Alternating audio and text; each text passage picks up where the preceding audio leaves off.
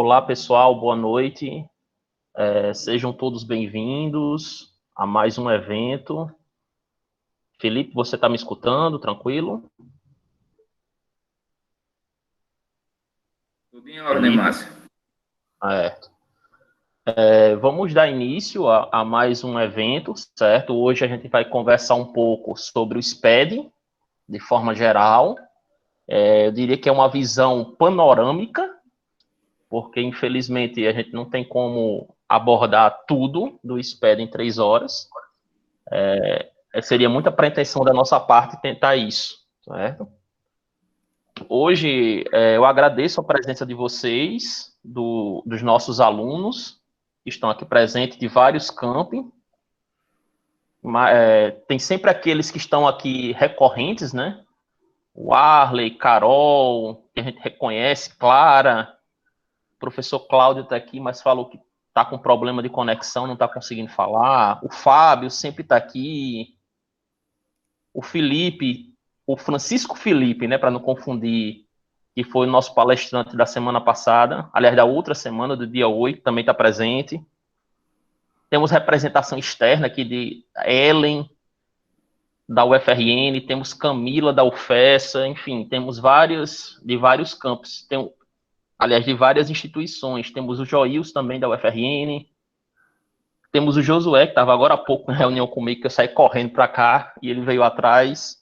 Temos gente de Paraupebas, Capanema, Capitão Poço, Paragominas, sempre presente nas nossas lives, certo? Muito obrigado a todos. Sejam bem-vindos. Hoje, quem vai fazer a palestra de hoje à noite para a gente é o Felipe Silva. Quem é o Felipe, né? Ele é contador, registrado pelo CRCRN, graduado em Ciências Contábeis pela UFRN. Ele é pós-graduando em Auditoria Digital e Direito Tributário, ok? Pela BSSP. É sócio-diretor da Cactus Contabilidade, lá em Natal, no Rio Grande do Norte. E já participou como membro de empresa júnior, já participou como membro do CRC Jovem, CRCRN, ou seja, tem uma bagagem aí para transmitir para a gente. Eu passo a palavra para você, aliás, só um minuto. Eu aviso a vocês que a nossa reunião está sendo gravada, a nossa live, certo? Ao final, hoje a gente vai implementar uma nova ferramenta para aferir a chamada, certo? A presença de vocês. Então, quando tiver no final da palestra, próximo do final, eu vou disponibilizar um link onde vocês vão acessar uma página e vão preencher algumas informações para fins de certificado, para a gente diminuir o tempo aí de emissão desse certificado. É bem rapidinho, são 4, 5 perguntas, vocês respondem nesse link que a gente vai passar e automaticamente a sua presença está registrada, certo?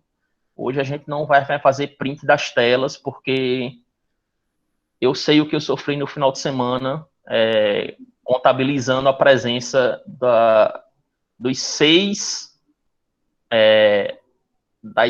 lives que eu já fiz até agora. Eu sei que deu um trabalho muito grande. Então, a gente vai implementar essa nova ferramenta hoje e vamos lá, certo? Felipe, com a palavra. Boa noite a todos. Obrigado, Márcio, pelo convite. É uma honra estar aqui com todos vocês e dividindo um pouco do conhecimento que eu tenho sobre esse tema bastante relevante para a área contábil fiscal e bastante em evidência, né? Porque, enfim, pela quantidade de normativos que estão saindo nessa época de pandemia aí, que afetam diretamente a nossa área, não é brincadeira, não. Mas eu espero que esse bombardeio de informações que a gente vai passar para vocês hoje não os assuste, né?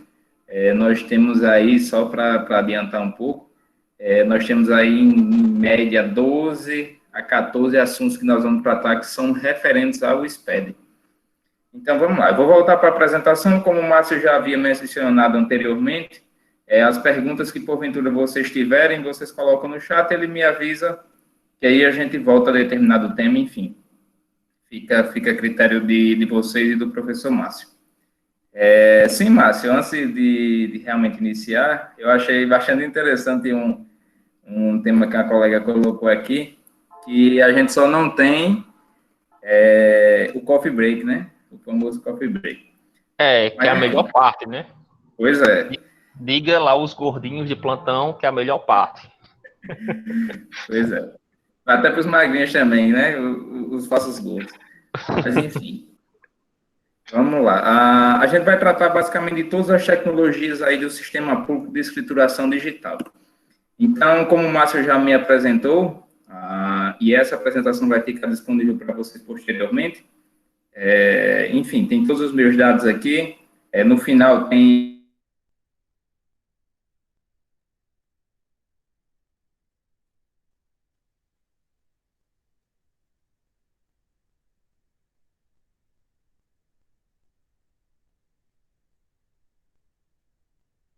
ele foi instituído por um decreto, certo? 6.022 de 2007, e ele pretende basicamente avançar na informatização, certo? Das relações entre o físico e o contribuinte, modernizando toda essa sistemática aí de cumprimento de obrigações acessórias, que pela quantidade que o setor, principalmente fiscal, enfrenta, era enorme, a gente preenchia várias informações para várias bases de dados, e aos poucos essas bases elas vão sendo unificadas.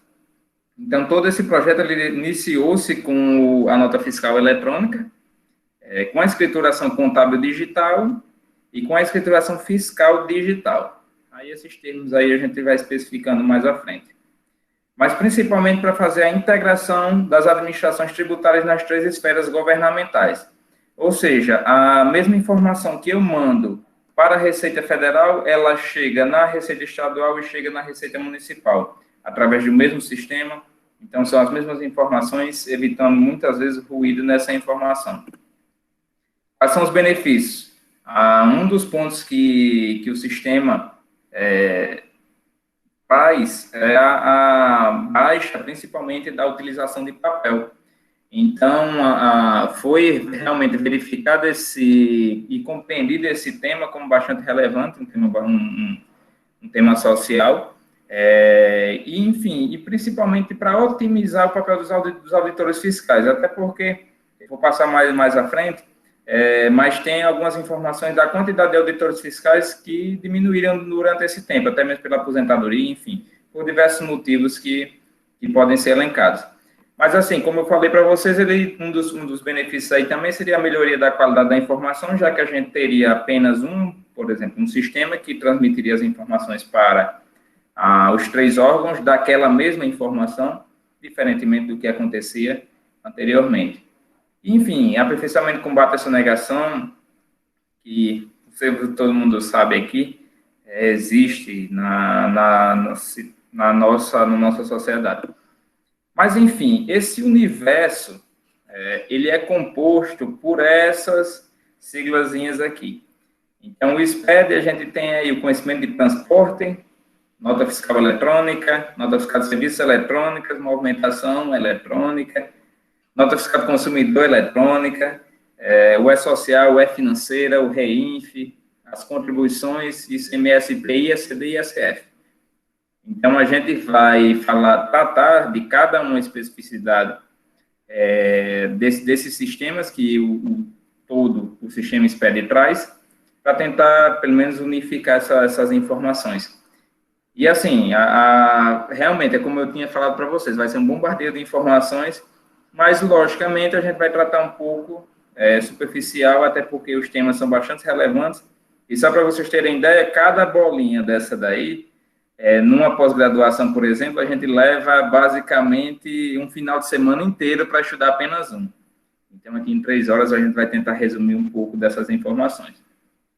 Então, a gente vai começar aqui pelos documentos fiscais, certo? Como eu tinha falado anteriormente, o sistema SPED, ele iniciou através da nota fiscal eletrônica. Então, a gente vai começar com o conhecimento de transporte, o manifesto eletrônico, a nota fiscal do consumidor eletrônico e a nota fiscal de serviço eletrônico. Eu acho que esses dados aí são mais próximos da gente, já que a gente enxerga um pouco, até mesmo no dia a dia, essas informações. Então, a nota fiscal eletrônica, ela foi instituída por esse ajuste do Sistema Nacional Integrado de Informações Econômicas Fiscais, essa siglazinha CINIF. Basicamente são reuniões que acontecem para decidir do Comitê Fazendário para decidir algumas questões de melhoria, enfim, do sistema tributário como um todo. Então, a nota fiscal eletrônica ela surgiu para os contribuintes de IPI e ICMS no modelo 55, e as unidades federadas, os estados, estabeleceram a obrigatoriedade da utilização pelos contribuintes. Todas elas funcionam em padrão XML e com assinatura digital, né? Passou a se utilizar bastante a assinatura por meio de certificado digital. A partir daí foi que se iniciou basicamente a alimentação dos bancos de dados do governo federal como um todo, o governo estadual. Aqui a gente tem um modelo, só para vocês terem ideia, e para quem não é da área de informática ou tecnologia, o que está por trás daquela nota fiscal, aquele DANF, aquele papel que a gente recebe na compra de determinado produto. Aqui do lado direito a gente observa o DANF, né, o documento auxiliar, sempre lembrando isso, o DANF ele é um documento auxiliar da nota fiscal. Por quê? O documento principal, ele realmente é um arquivo digital, como está demonstrado aí, por exemplo, no canto esquerdo da tela. Essa linguagem de marcação que acontece dentro do sistema, ele é todo parametrizado para que os sistemas da Receita Federal, os sistemas, enfim, estaduais e municipais, eles peguem esse padrão que foi desenvolvido e adotem para a fiscalização. Então, essa padronização dessas informações ocorre justamente por isso. Essa padronização por exemplo, desse XML, ele é padrão no Brasil todo. Então, seja aqui no Rio Grande do Norte, seja no Pará, na Amazônia, enfim. Todos eles, o XML, ele vai ter as mesmas informações e principalmente a mesma configuração. Passando um pouco, a gente tem aí o conhecimento de transporte eletrônico, certo? O conhecimento de transporte eletrônico, ele é efetivamente para transporte intermunicipal e interestadual.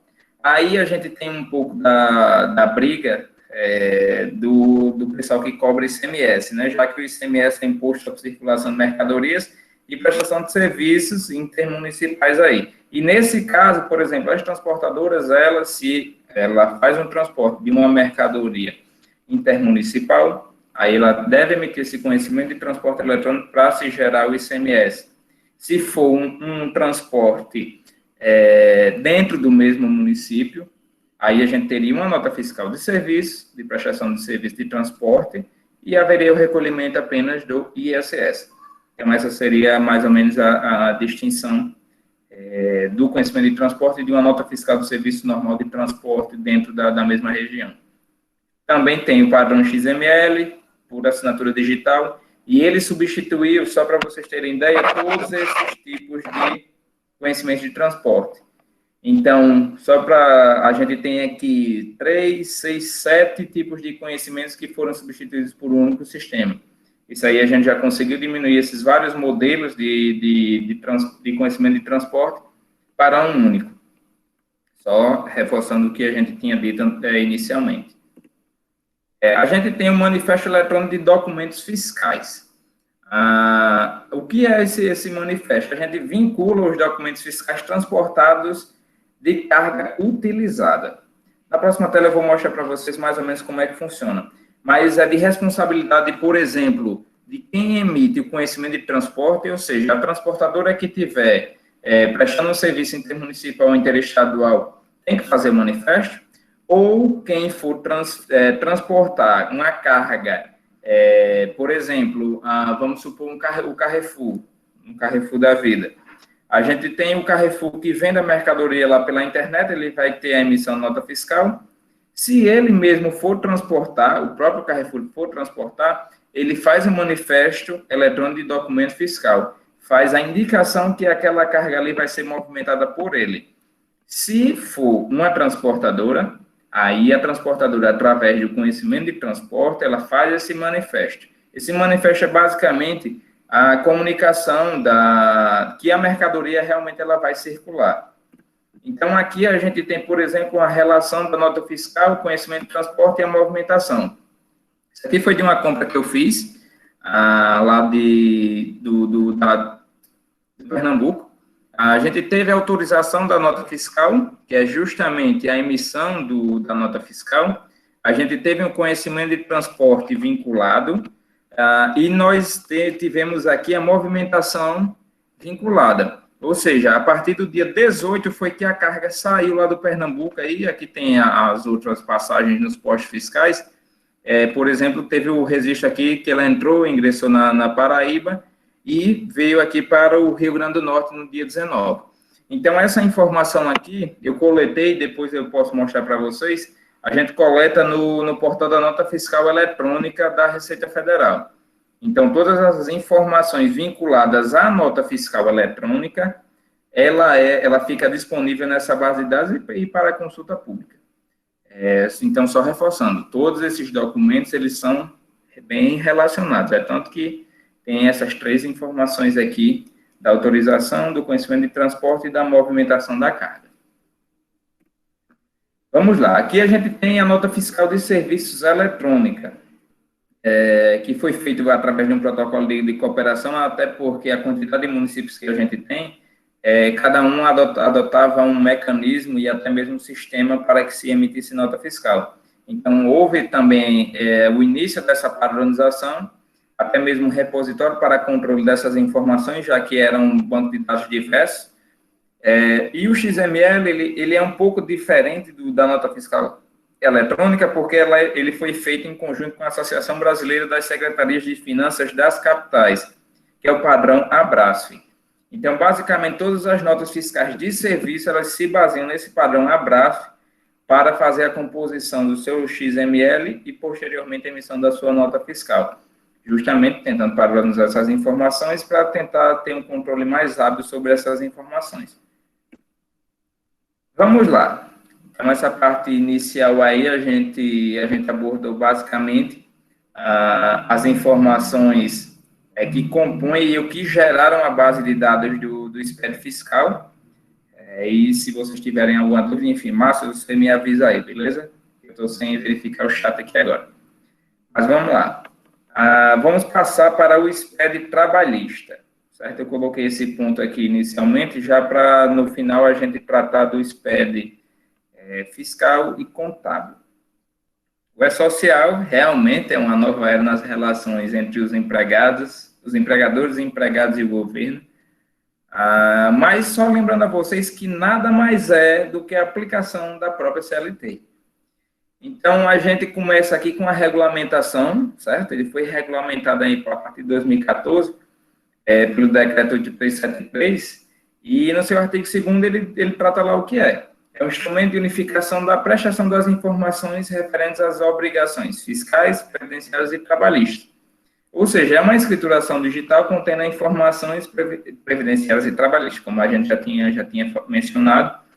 A aplicação, ela tem o preenchimento das informações, a geração, transmissão, vai para dentro de um repositório nacional. A gente tem conhecimento que a gente tem 2 bases que são em São Paulo e em Minas Gerais, que contêm esses processadores de informações e até mesmo a guarda desses documentos para acesso de diversas entidades. A gente tem aí a obrigatoriedade do E-Social. Então, a gente tem aí que as informações ao E-Social substituirão várias outras obrigações acessórias, certo? Então, assim, a gente tem a obrigatoriedade aí do empregador, inclusive o empregador doméstico, que foi o teste para essa nova plataforma. A gente tem aí do segurado especial para fins de relações com trabalhadores que prestem serviço, das pessoas jurídicas as pessoas jurídicas públicas aí, dos entes públicos, e esse é o que vai dar maior trabalho para essa parte do E-Social, até porque é o último grupo do E-Social, como eu vou mostrar mais à frente a vocês, e que nada foi enviado para o E-Social ainda, desse grupo. Estão só adiando, e a gente não sabe quando é que isso vai ser realmente efetivado. Então, aí a gente tem no artigo 5º do decreto, que instituiu o E-Social, a gente tem aí a unificação das informações e principalmente dos bancos de dados que compõem o campo trabalhista. Então, a gente tem as informações da Caixa Econômica, que gerencia o Fundo de Garantia por Tempo de Serviço, o FGTS, a gente tem o INSS e a Previdência Social, a gente tem a própria Receita Federal para recolhimento de imposto de renda, enfim. E o próprio Ministério do Trabalho, que faz toda a fiscalização e cumprimento das normas trabalhistas. Então, aqui o E-Social basicamente veio para tentar unificar essas demonstrações aqui. Para quem não tem conhecimento, o PPP é o Perfil Profissiográfico Profissional, a GPS, a Guia da Previdência Social, a Guia de Pagamento, a DIF, a Declaração de Imposto de Renda Retido na Fonte, os formulários de seguro-desemprego, o CAGED, que é o Cadastro Geral de Empregados e Desempregados, que geralmente os departamentos pessoais mandam para o fisco até todo dia 7, né? Isso aí já praticamente está em desuso. A gente tem a CAT, que é a Comunicação de Acidente de Trabalho. A gente tem aí o livro de registro de empregado, que foi substituído, não sei se o pessoal acompanhou, mas o livro de registro de empregado era um livro preto. Eu acho que eu estava com aqui, mas enfim. Que você preenchia manualmente todas as informações, enfim. Os arquivos eletrônicos que eram enviados para às vezes, fiscalizações do próprio Ministério do Trabalho, as informações de folha de pagamento, a RAIS, que é a Relação Anual de Informações Sociais, para quem é funcionário e recebe o abono salarial, que é o famoso PIS, você só recebe o PIS se o departamento pessoal ou a contabilidade transmitir essa informação aqui. Então, ela é bastante relevante nesse campo aqui. E a GFIP é basicamente o programa gerador da guia de FGTS. Então, para vocês terem ideia, todas essas informações aqui vão ser dentro do E-Social. Já estão sendo, na verdade, para alguns grupos de aplicação. Como foi dividido a aplicação do E-Social? Até porque precisaria de um banco de dados gigantesco para... Oi? Felipe, só um minuto.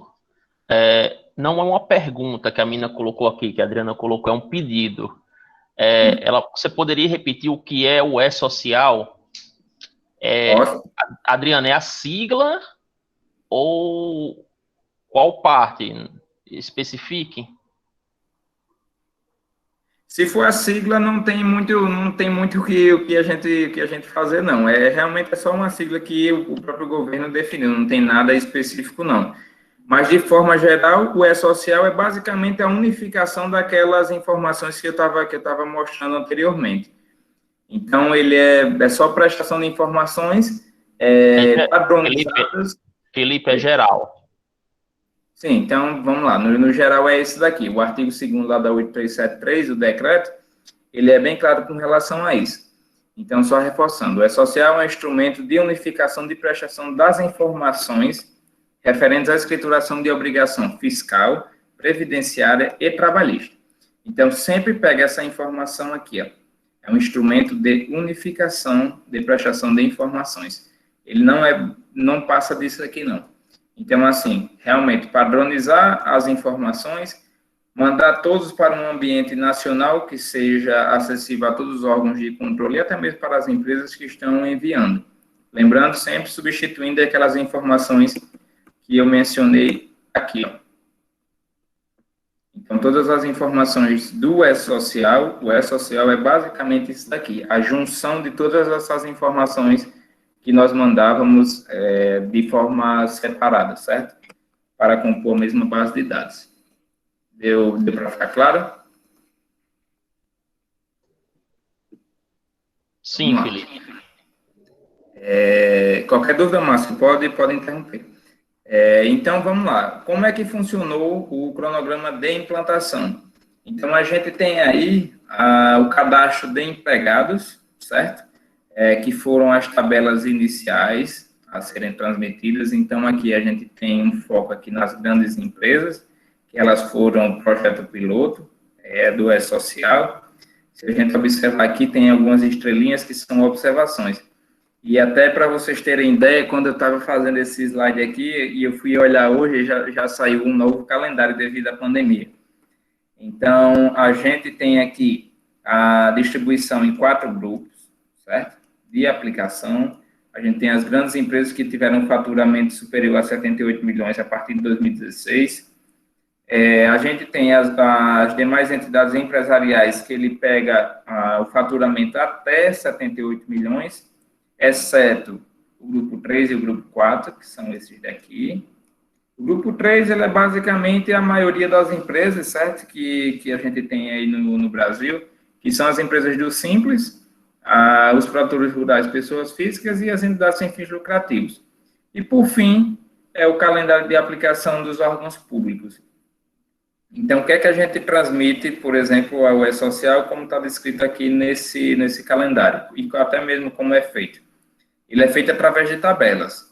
Então, inicialmente, a gente teve que mandar para o Fisco.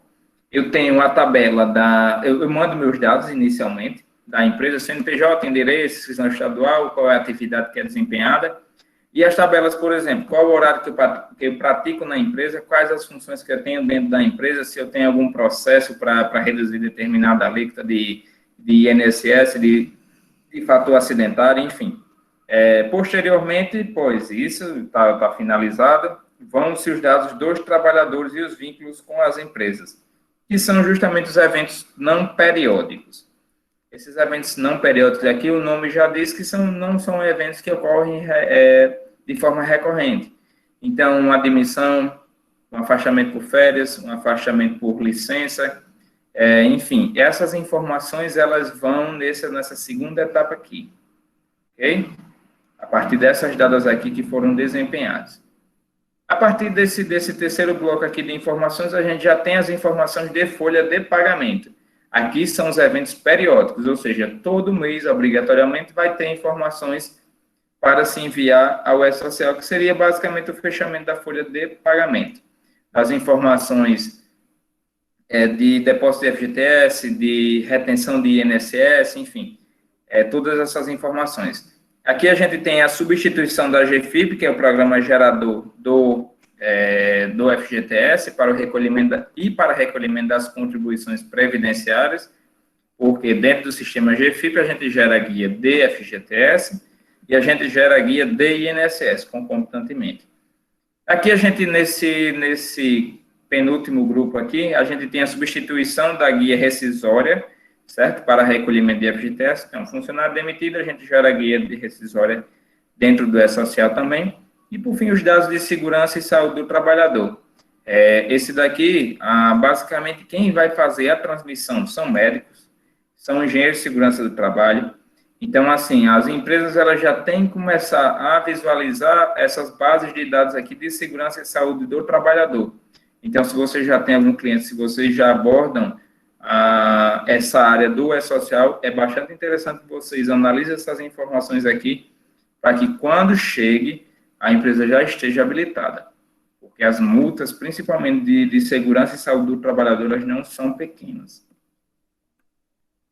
Como é que é feita essa comunicação? Então, a gente, só para vocês terem ideia da sequência de transmissão, que eu já abordei ali no início. Então, as informações do empregador vão inicialmente, depois os eventos, certo? O que são esses eventos aqui, só lembrando, horário de funcionário, os cargos que tem dentro da empresa, enfim.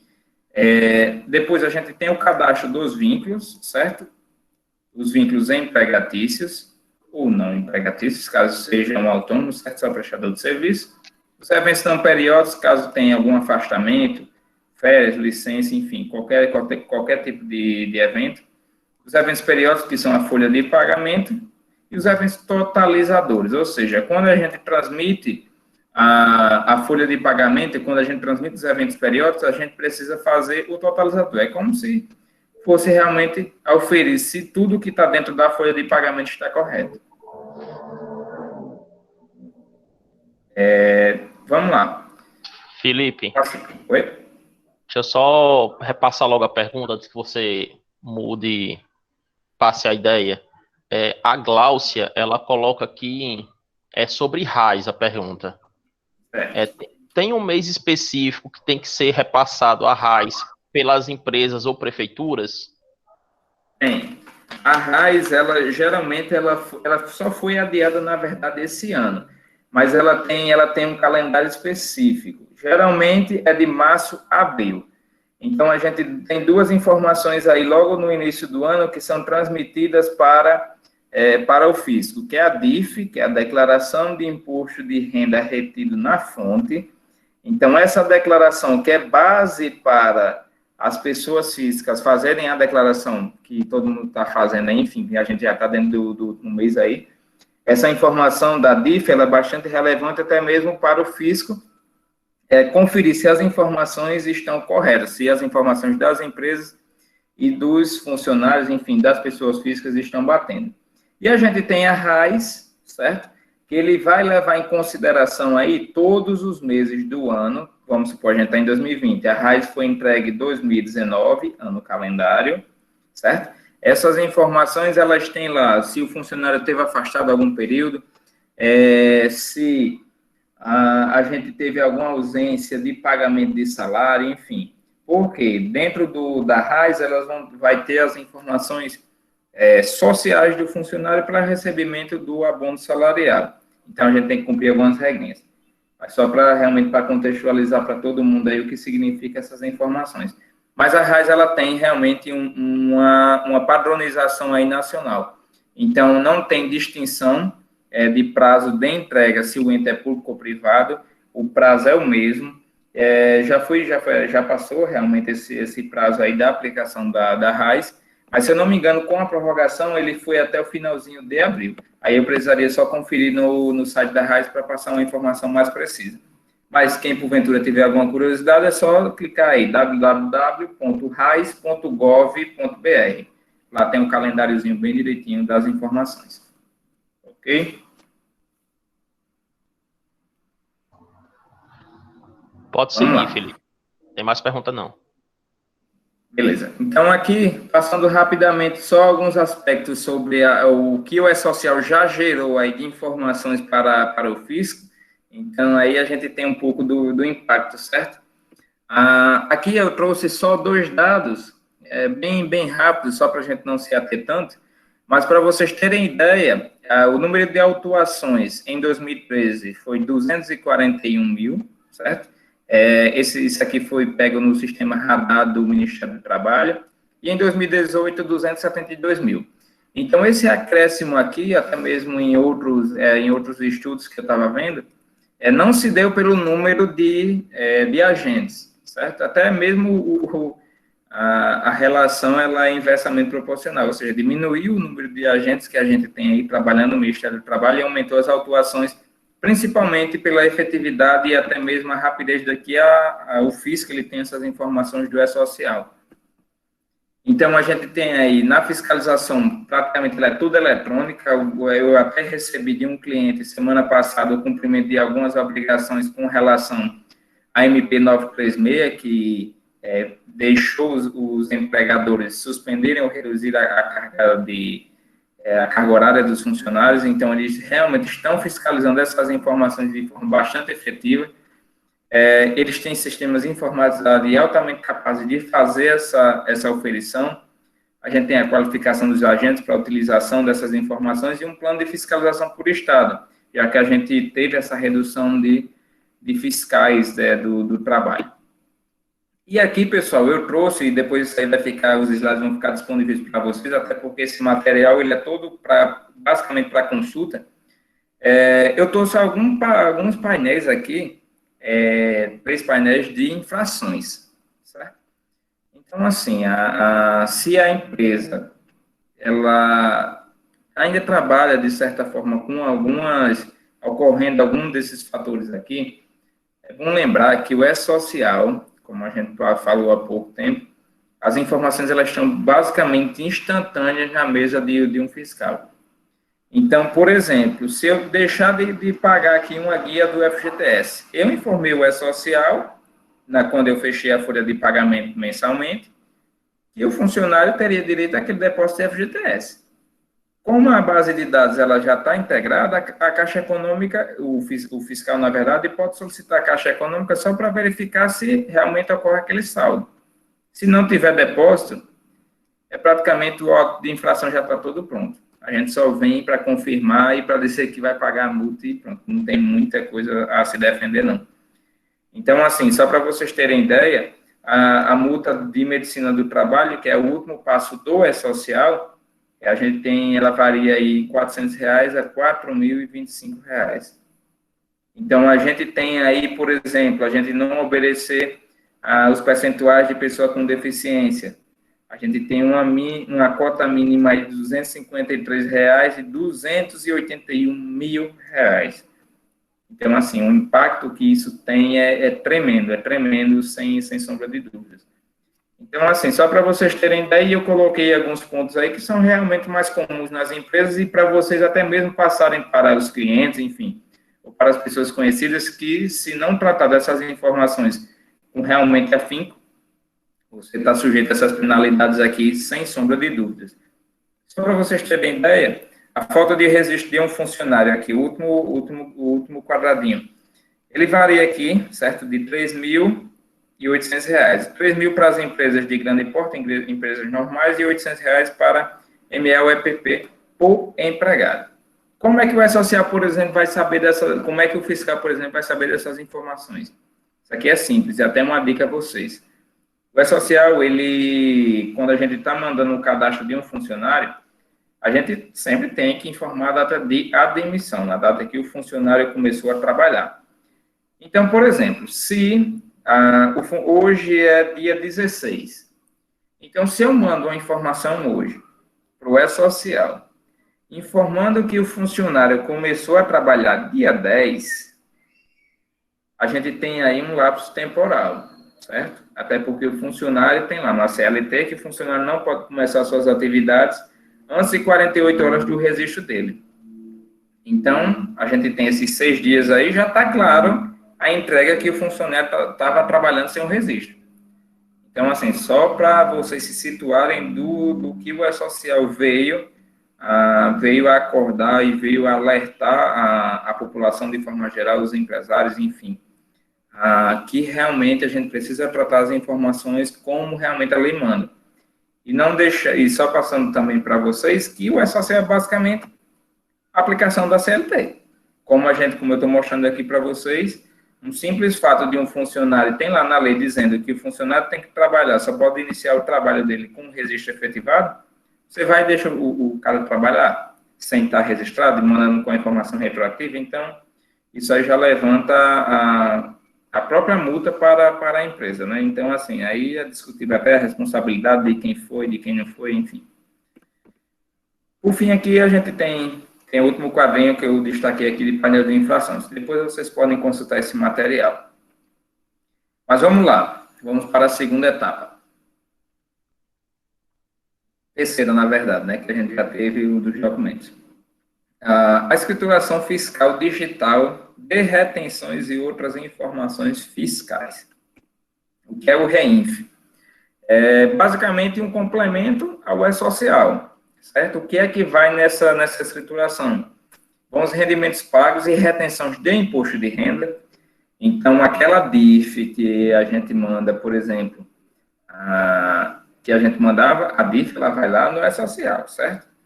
Mas, por exemplo, se tem uma prestação de serviço que tem a retenção, por exemplo, de imposto de renda, ele já vai em outra declaração, que é justamente o REINF. Então, com o REINF, ela é uma informação mensal, igualmente o E-Social, que ela deve ser sempre enviada até o dia 15 do mês subsequente a que se refere à escrituração. Ou seja, por exemplo, a gente está agora em junho, então 15 de julho é o prazo máximo para a entrega das informações do REINF. Com exceção aí das atividades promotoras de eventos esportivos. Só para vocês terem ideia, eu sempre trouxe aí alguns aspectos legais, porque cada escrituração dessa tem várias especificidades. Então, assim, eu trouxe alguns pontos que podem ser relevantes para a atuação de vocês, e quem já atua na área pode pegar alguns pontos aqui que vão ser discutidos posteriormente. Então, o que é que a gente tem aqui? A gente tem os serviços tomados, as retenções de imposto de renda por exemplo, seja retido na fonte, contribuição, PIS, COFINS, incidentes sobre pagamentos de diversos efetuados da pessoa física ou jurídica, enfim. Olhar cada legislação para saber se o serviço que está sendo prestado ele precisa obrigatoriamente ter essas informações ou não. As empresas que se sujeitam à contribuição patronal pela Receita Bruta, a Lei 12.546, ela destaca alguns aspectos para se contribuir com o INSS patronal da folha de pagamento sobre a Receita. Eu acho que todo mundo aí que estudou um pouquinho de contabilidade, eu acho que a contabilidade, mais ou menos a intermediária, ela fala alguns aspectos da folha de pagamento e diz que tem a retenção dos impostos do funcionário, do INSS do funcionário, e tem o pagamento do INSS correspondente à folha de pagamento patronal. Então, geralmente, essas alíquotas aí, elas variam de 27%, 28%, enfim, para as empresas, só que tem algumas atividades que podem se beneficiar da contribuição patronal. Ou seja, você paga, por exemplo, 1%, 2%, 3%, sobre a receita bruta. Aí teria que se analisar se é mais vantajoso ou não ter essa forma de tributação. Lembrando que, para as empresas que têm o regime do Simples Nacional, elas pagam essa contribuição patronal dentro do próprio Simples. Não pagam essa contribuição pela folha de pagamento. A gente tem aí o calendário, certo, de aplicação. Ele segue basicamente no seu artigo 2º aí da Instrução Normativa lá da Receita Federal 1701, que trata da aplicabilidade do REINF, certo? Quando é que realmente elas vão ser prestadas essas informações. A gente tem aí, o calendário ele é basicamente voltado para o E-Social, como a gente tinha mencionado anteriormente.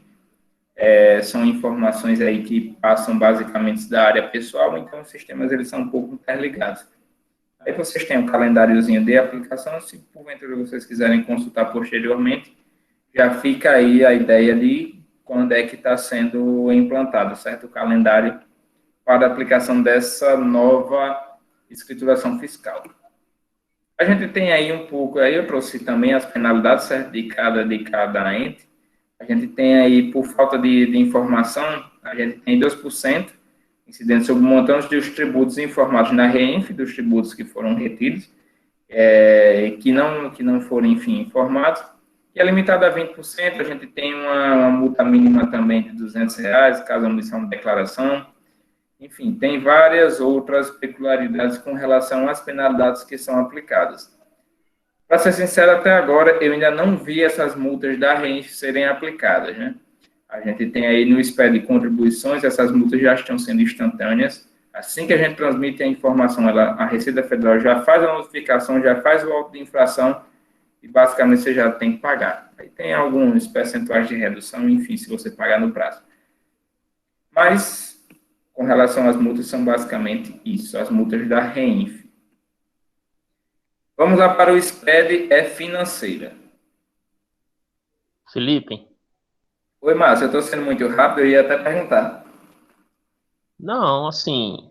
Porque, enfim, as informações, elas são bastante informações e eu não posso me ater a só um tipo de SPED, né, pela proposta da apresentação.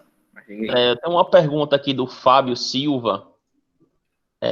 Ele fala, professor, poderia falar algo sobre a simplificação do E-Social, o projeto de simplificação? Cara, aí tem lá no final, mas aí eu já posso adiantar. Seguinte, a simplificação, ela não é só basicamente para o E-Social. Pelo que a gente... Felipe, tá no final da sua apresentação? Você vai falar sobre isso? Não, eu ia falar, mas aí eu já posso adiantar, não tem nenhum problema não, Márcio.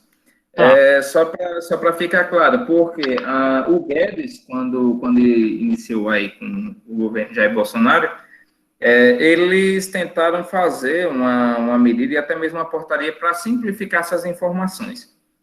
Para ser sincero, até agora, a gente não tem nenhuma informação de diferente do que já é aplicado, do que já está previsto em lei. A gente realmente tem algumas peculiaridades, por exemplo, a Central de Balanços, que é uma plataforma do SPED, que é para as empresas não precisarem mais das empresas de capital fechado e que precisem, enfim, que precisem mostrar suas demonstrações contábeis, não precisa mais colocar no jornal como era feito anteriormente, enfim. Só que isso está muito primitivo ainda. A gente está tendo bastante dificuldade, principalmente nessa época agora de pandemia. As informações de E-Social estão bombando aí, porque está tendo alteração de layout corriqueiramente, até mesmo pelos decretos que tiveram, pelas medidas provisórias que tiveram. Então, assim, o volume de informações até agora não surtiu efeito. Realmente tem uma portaria de simplificação, mas na prática a gente não está vendo nada disso, não. Está vendo realmente até mesmo uma complicação das informações que são prestadas. Beleza? Ok, Fábio. Atendeu a expectativa? Mas não se anime, não, que até agora não tem nada simplificado, não. Tem mais burocrático, só para você ter ideia. Mas vamos lá. Se não ficou claro, Márcio, aí a gente tenta trazer outro exemplo. Não, ele comenta que ele fala que é MP sobre MP nessa época. Pois é. E ele fala que realmente atendeu a expectativa, a sua resposta. Tranquilo. Mas assim, rapaz, saiu um e-book, só para vocês terem ideia, saiu um e-book das medidas provisórias que saíram, que atingem diretamente as áreas fiscais e pessoais nesse período. Então, assim, a coisa foi um pouco punk. Mas vamos lá, vamos para o SPED financeira. Então, aqui vai algumas surpresinhas para quem tenta sonegar imposto através de informações bancárias, enfim. O E-Financeiro ele foi instituído em 2015, certo? Por uma instrução normativa lá da Receita Federal. E quem é que transmite essas informações? Aqui é um trecho, e eu até reduzi um pouco os slides com relação à E-Financeira, porque é uma informação bastante restrita às empresas que atuam e comercializam planos de benefício de previdência privada, fundos de aposentadoria individual, que tenham a atividade principal acessória a captação, intermediação, aplicação de recursos financeiros. Então, são basicamente aqui os bancos, os fundos de previdência, as sociedades seguradoras, que transmitem essas informações. É um nicho bastante específico, mas eu achei bem relevante trazer, porque tem algumas informações aqui que os bancos, por exemplo, mandam, que atingem diretamente a gente. Então, aqui, o que é informado, né, através da E-Financeira pelos bancos e pelas instituições financeiras de forma geral? Aquelas informações que quem está habituado aqui a transmitir a declaração de imposto de renda, no informe de rendimento que o banco dá, tem lá as informações dos últimos dias úteis das contas correntes, conta poupança, conta rendeu, enfim. Não, se vocês quiserem omitir essas informações, fica a critério de vocês, mas sempre lembrando, a Receita Federal já sabe tudo isso aqui. Então, a Receita Federal já sabe, através do E-Financeira, seu saldo no último dia útil do ano de qualquer conta de depósito, inclusive poupança e aplicação financeira, rendimentos de aplicações financeiras, previdência privada, aquisição de moeda estrangeira. Então, as casas de câmbio mandam essas informações aqui através do E-Financeira. E tem um fator aqui que é bastante relevante e eu acho que atinge basicamente todo mundo que está presente aqui na live, ou que conhece, na verdade, alguém que passe por isso. Muita gente, por exemplo, presta um serviço, eu vou prestar um serviço ali de R$ 2.500, o cara não vai pedir recibo, vou receber lá de transferência na minha conta corrente e está tudo certo. Não vou emitir nota fiscal, vou fazer essa sonegação. Lembrando, pessoal, todo montante movimentado, certo? Global, movimentado em cada mês, acima de R$ 2.000, no caso de pessoas físicas, e acima de R$ 6.000, no caso de pessoas jurídicas, é informada à Receita Federal. Então, todas essas informações que o banco tem lá da nossa conta corrente, a Receita Federal sabe. Então, assim, se o fiscal viu uma movimentação suspeita lá, anteriormente isso era feito pelo COAF, né? Depois foi desmembrado, ninguém sabe como é que está atuando. Mas funcionava basicamente através das informações da E-Financeira. Então, esses casos que a gente tinha aí de transações globais, certo? Dentro de um mesmo mês, por exemplo, se o cara depositar aqui enfim, R$ 500 aqui por dia para mim, quando chegar a R$ 2.000, todas as informações, certo, de movimentação minha durante o mês vão para a Receita Federal. Então, ela pode realmente aferir lá. Eu movimentei por R$ 15.000 durante o mês na minha conta. E eu não tenho essa renda declarada, né? Como a Receita sabe, através do E-Social, enfim, se eu for empregado, ou através de outro tipo de declaração, carnê-leão, se for autônomo, enfim. Ele sabe que eu movimentei essa informação. Ele precisa, então, da origem dos recursos. Se ele não tem a origem dos recursos, praticamente está claro que a gente está sonegando algum tipo de imposto. Então, a gente pode ser chamado pela Receita Federal para realmente esclarecer esses dados. Se você não conseguir esclarecer, vai ser lavado auto de infração, enfim, com relação a isso. E, por último, aí a gente tem o saldo do FGTS superior a 10 mil. Então, assim, lembrando que aqui no artigo 5º e no artigo 7 da Instrução Normativa, ele tem vários aspectos, mas eu levantei esses daqui que são basicamente o que afeta boa parte da população. Pronto, basicamente seria isso. A parte de penalidades eu retirei nesse caso aqui, já que é um nicho um pouco específico, eu acho que não cabe tanto para a gente. Mas vamos passar aqui para a escrituração fiscal digital contribuições, certo? Vamos lá. Contribuições, ele está disposto também numa instrução normativa, e ele foi feito basicamente para as informações de contribuição do PIS e COFINS, certo? E a contribuição incidente sobre a receita bruta. Então, o que é que a gente tem aí? Eu coloquei até essa observação. Mas você não falou que a contribuição previdenciária pela receita bruta não ia ser informada pela REINF? Realmente vai. Porque o REINF ele foi instituído posteriormente, certo? A contribuições, e não estava previsto ainda ter essas informações. Mas assim que a empresa começar a transmitir o REINF, de acordo com o calendário estipulado pelo E-Social e até mesmo pela instrução normativa do REINF, ele já vai ser excluído desse tipo de informação. Então, a FD Contribuições vai ficar basicamente as contribuições de PIS e COFINS, certo? Seja no regime cumulativo, que são basicamente as empresas do lucro presumido, e do regime não cumulativo para as empresas do lucro real, que são basicamente as duas modalidades de empresas que a gente tem, que é mais comum, na verdade, né? Então, aqui eu falo, certo, como é feito as informações, e também tem o arbitrado, né, junto com o presumido, quem está obrigado a fazer essa declaração. Lembrando que as pessoas jurídicas imunes isentas de imposto de renda, que são aí entidades que são elencadas no artigo 150 da Constituição, elas só são obrigadas a mandar o FD Contribuições se você tiver um somatório de valores mensais de contribuições superior a 10 mil. Então, realmente as pessoas jurídicas imunes e isentas são obrigadas a mandar essa declaração. Pessoas jurídicas do Simples Nacional não utilizam essa informação, porque a metodologia deles de pagamento dessas informações é através de uma guia única, que é o DAS, Documento de Arrecadação do Simples. A gente tem uma forma de apresentação, certo? Que é feita através de um programa gerador de escrituração.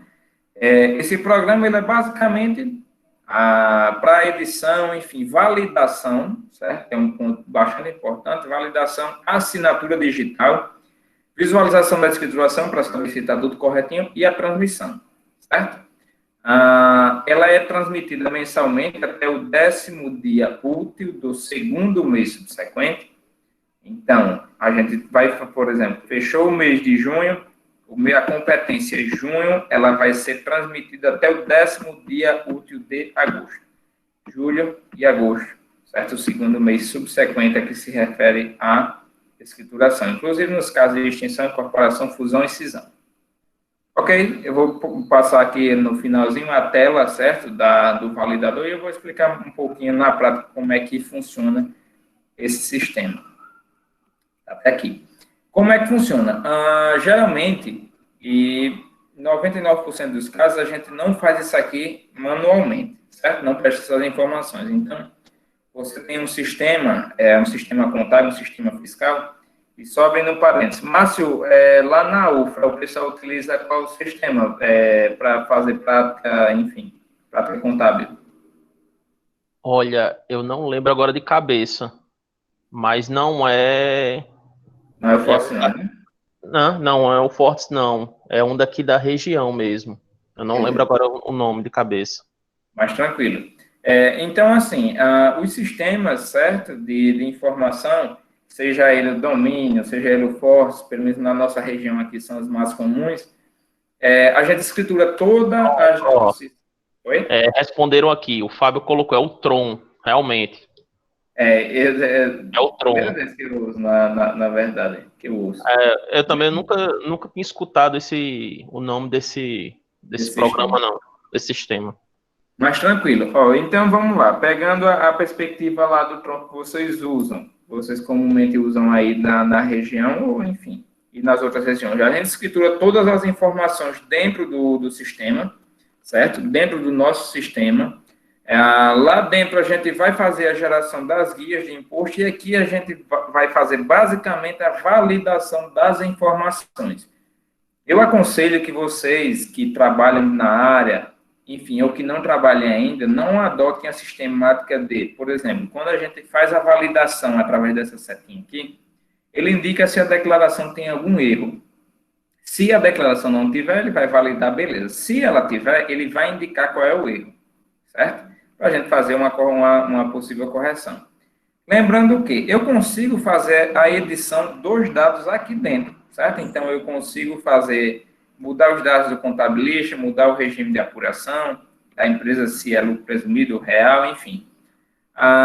Consigo mudar os dados da contribuição, como foi calculado de PIS e como foi calculado o COFINS, com base em que documentos eles foram informados. Mas sempre lembrando, não façam isso dentro do SPED, a não ser que seja um erro de comunicação do sistema.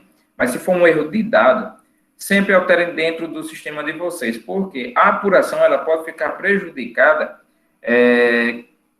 por causa dessas informações que vocês alteram dentro do SPED. Por exemplo, a gente tem o SPED de contribuições, a gente tem dois impostos aí, duas contribuições, na verdade, que são PIS e COFINS. Essa mesma informação eu mando em outra declaração que não foi incorporada ainda pelo SPED, que é a DCTF, Declaração de Créditos de Tributos Federais. Essa declaração, ela compõe também os dados de PIS e COFINS, por exemplo. Então, se eu altero algum dado aqui dentro do sistema do PVA ou do PGE, eu estou prejudicando lá minha outra informação que eu mandei para a Receita Federal. Então, essas informações elas podem ficar divergentes. Então, identificou algum erro dentro do PVA, volta lá para dentro do sistema, corrige a informação e importa novamente para cá, para que fique tudo parametrizado e que fique tudo dentro da normalidade, certo? Mas, se vocês quiserem, ou porventura quiserem fazer essas informações dentro do próprio SPED, vocês têm como editar. E até mesmo fazer uma declaração do zero, mas eu jamais aconselharia isso a fazer, porque o volume de informações que são preenchidas são absurdos. Então, os nossos sistemas, já que a gente trabalha com o sistema para isso, para otimizar tempo, a gente só faz importar para dentro do validador para saber se ele está dentro dos padrões e se os cálculos foram feitos corretamente, para a gente, posterior, fazer a transmissão dos dados, certo? Então, a cara do validador, ele é mais ou menos essa daqui. A gente tem esses blocos aqui de informações. Se vocês quiserem baixar os programas posteriormente, vocês podem baixar, certo? Eles estão sempre dentro de uma única plataforma lá, que é o do sped.rfb.gov.br. Depois eu passo esses sites aí para vocês. Então, vamos lá. A gente tem algumas penalidades aqui, que o artigo da Lei 821891, a qual o SPED de contribuições, ele pega essas informações, são multas equivalentes a 1.000% da receita bruta, certo? Da pessoa jurídica. Então, assim, não mandou a informação, já tem outra multa ali no inciso terceiro, que é a multa equivalente a 2 centésimos por dia de atraso, limitada a 1%. E essa multa aqui, realmente, ela já está sendo calculada diretamente no PVA. Então, mandou, assim que você transmite a informação, por exemplo, em atraso, ela já automaticamente já sai lá o auto de infração pronto, já sai tudo bonitinho. Não precisa de um fiscal chegar para fiscalizar a tua empresa, para verificar que você transmitiu essa informação fora do prazo. Então, assim, a gente tem essas particularidades com relação ao SPED, principalmente a aplicação de penalidades. Lógico, a gente tem aí algumas benesses também. Geralmente o fisco ele tenta incentivar aqui a autorregularização. Então, se você mandou uma informação equivocada, ele aponta lá, certo? Por um determinado período, que aquela informação ela não está batendo com alguma das bases da Receita Federal. Se você retificar dentro lá do período, beleza, eles não vão cobrar multa, certo? Mas se você não obedecer o período que é estipulado, e aqui a gente tem o período não estipulado para entrega, isso aqui já é uma multa automática, não tem como tirar, mas se você entregou dentro do prazo, beleza. Mas essas informações elas foram imprecisas ou foram inverídicas e foram verificadas pela fiscalização, aí já tem os critérios de multa aqui, que pode ser, enfim, 5% sobre o valor da operação, enfim. Então, a gente tem essas particularidades sobre as multas e penalidades da FD contribuições. Então, é sempre relevante vocês nunca perderem os prazos. Então, você que é profissional da contabilidade ou que está se formando, trabalhe sempre com os prazos. Nunca perca os prazos, porque isso aí já levanta até os olhos da fiscalização se corriqueiramente você incorrer em algum problema como esse. A gente tem aí alguns fatores de dispensa de entrega, certo? Então, se as pessoas jurídicas elas estiverem inativas durante o ano calendário, aqui está se informando, você não precisa mandar, certo? Só que tem algumas particularidades aí, algumas pegadinhas até mesmo dentro da própria legislação. Aí ele diz aqui, né, com base a pessoa jurídica sujeita à tributação de imposto de renda do lucro real ou presumido ficará dispensada a entrega da FD contribuições, certo? Em que não tenha oferido receita bruta, em que não tenha realizado nenhum tipo de operação, certo? Realmente a empresa estava lá fechada. Contudo, no parágrafo 8º, a dispensa de entrega da FD contribuições, ela não alcança o mês de dezembro. Então, isso aqui vocês anotem aí, enfim, na agendinha de vocês, que a FD contribuições, se a empresa tiver inativa durante esse período aí, o mês de dezembro, ele deve ser entregue, certo? Com as informações dizendo, tem lá um campinho na FD contribuições, que você informa quais os meses a empresa ficou inativa. Se foi todos os meses, você marca todos os meses lá. Mas lembrando, não é obrigatório, e às vezes até o sistema nem aceita que você transmita essa informação, com exceção do mês de dezembro, informando que as informações a empresa não teve informações durante o ano corrente, né? Então, isso aí a gente precisa transmitir até para não incorrer naquelas multas, naquelas penalidades que o decreto, enfim, que a instrução normativa descreve.